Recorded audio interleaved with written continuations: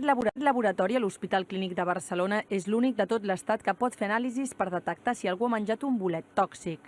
No són gaires casos els que detecten cada any, però sí molt greus quan es produeixen. Aquest any hi ha hagut 3 intoxicats i des del 2001, 161.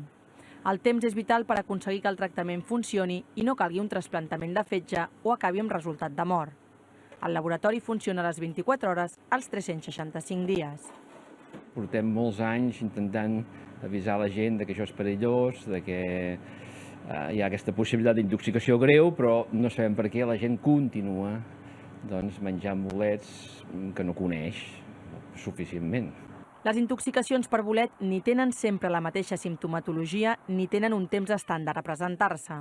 A vegades apareixen al cap de 2 o 3 hores, a vegades al cap de 6 o 24 hores. Sorprenentment, quan més triguen a aparèixer els símptomes, més greu és estar el malalt, no?